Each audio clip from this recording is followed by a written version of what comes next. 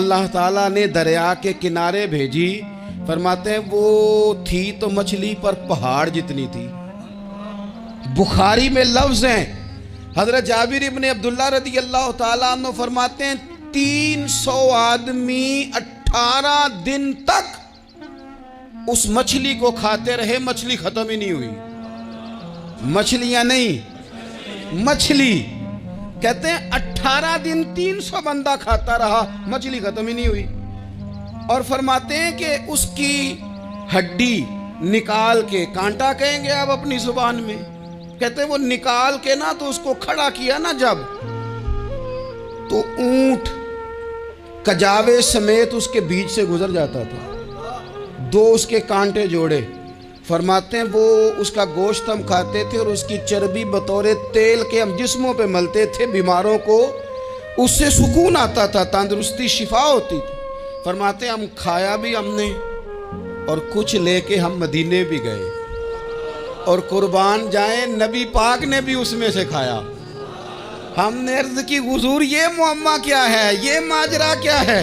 تو محبوب نے فرمایا تمہارے پاس غذا نہیں تھی، رب نے تمہارے لیے بندوبست کیا ہے، اللہ نے تمہیں دیا ہے۔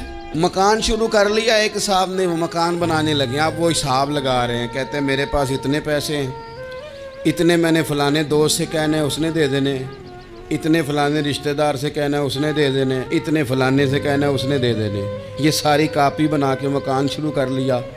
جو روز کہتا تھا نا کوئی حکم ہو جاتے 10 سب سے پہلے اس کو کہا میاں پیسے چاہیے دن، وہ کہندا ہو کل ہی منڈا ٹو رہا ہے، کہتے تو پرسوں 10 داتے لب جانے سن۔ میں آپ کو اپنے تجربے کی بات بتا رہا ہوں۔ جن لوگوں کا خیال ہوتا ہے نا کہ آپ سٹارٹ کریں فلانا کام، ہم آپ کے ساتھ ہیں، اللہ کا ہی کوئی نظام ہے، وہ بالکل بھی نہیں ساتھ ہوتے۔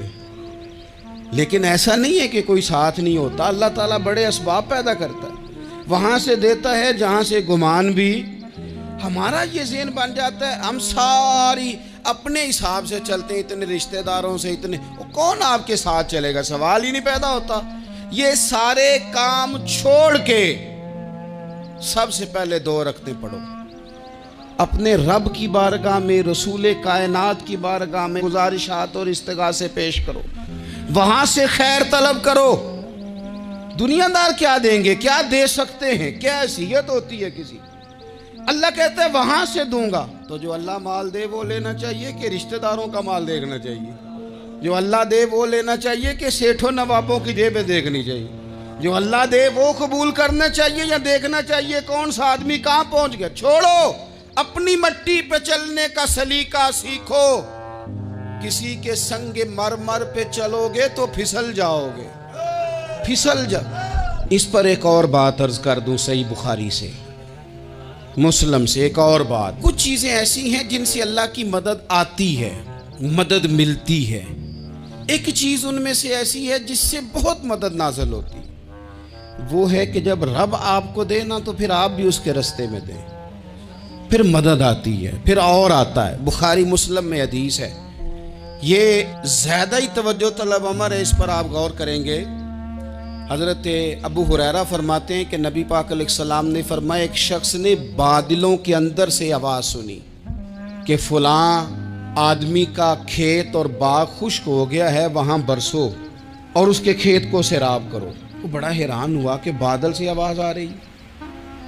پھر اس نے دیکھا کہ ایک پہاڑی پر بارش ہوئی، وہ بادل وہاں برسا، پھر نالیوں سے ہوتا ہوا پانی ایک طرف چلا۔ تو جس نے آواز سنی تھی، حضور بیان کر رہے ہیں، وہ بھی پیچھے پیچھے چلا کہ پانی کدھر جا رہا ہے۔ اس نے جا کے دیکھا کہ ایک مقام پہ ایک باغ کو وہ پانی لگ رہا ہے اور ایک آدمی وہ پانی لگا رہا ہے۔ اس نے اس سے پوچھا تیرا نام کیا ہے؟ اس نے کہا کیوں؟ کہنے لگا بتا نا۔ اس نے نام بتایا تو کہنے لگا یہی تو وہ نام ہے جو میں نے بادلوں کے اندر سے سنا ہے کہ فلاں کے کھیت کو پانی دے دو۔ اس نے کہا یار تو کیا عمل کرتا ہے کہ اسپیشل تیرے لیے بارش برسے؟ یہ بخاری پڑھ رہا ہوں، سیاستہ سے حدیث عرض کر رہا ہوں۔